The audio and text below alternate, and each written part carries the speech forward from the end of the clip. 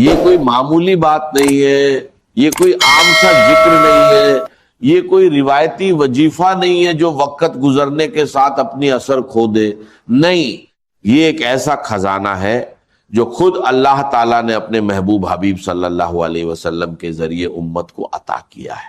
یہ ایک ایسی چابی ہے جو رزق کے بند دروازے کھول دیتی ہے، ایک ایسا نور ہے جو مالی تنگیوں کو مٹا دیتا ہے، اور ایک ایسا سہارا ہے جو انسان کو کبھی گرنے نہیں دیتا۔ جب میں اس وظیفے کی عظمت کے بارے میں سوچتا ہوں تو میرا دل لرز اٹھتا ہے، میری آنکھیں نم ہو جاتی ہیں اور میری روح ایک عجیب سکون محسوس کرتی ہے، کیونکہ یہ صرف الفاظ نہیں ہے، یہ اللہ کی رحمت کا ایک دریا ہے جو ہر اس شخص پر برستا ہے جو اسے سچے دل سے پکارے۔ آئیے میں آپ کو ایک ایسی کہانی سناتا ہوں جو خود میرے دل کو ہلا کر رکھ دیتی ہے۔ ایک بزرگ تھے جن کا نام تو میں نہیں جانتا، لیکن ان کا حال سن کر میں یقیناً جان گیا کہ وہ اللہ کے ولی تھے۔ انہوں نے اپنی زندگی میں 35 ملکوں کا سفر کیا، اور اس لمبے سفر میں انہوں نے کبھی کسی سے 1 روپیہ بھی نہیں مانگا، نہ کبھی کسی کے سامنے دست سوال دراز کیا۔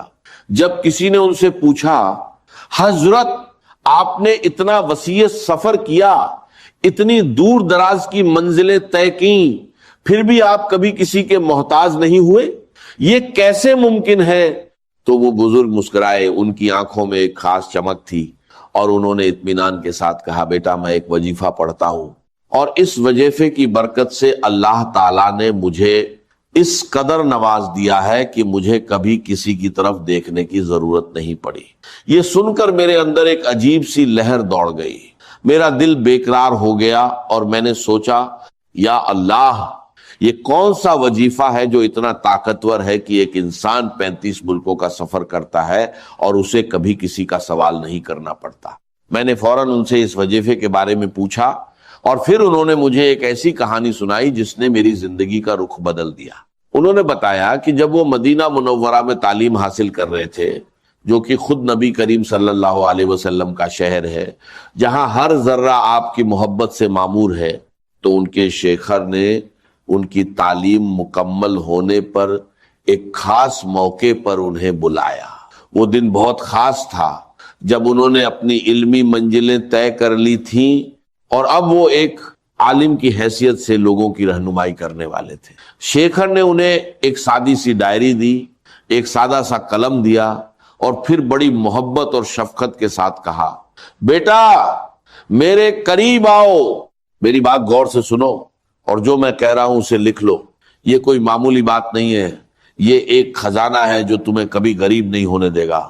انہوں نے فوراً قلم اٹھایا، اور شیخ نے انہیں وہ کلمات سکھائے جو آج میں تمہیں بتانے جا رہا ہوں۔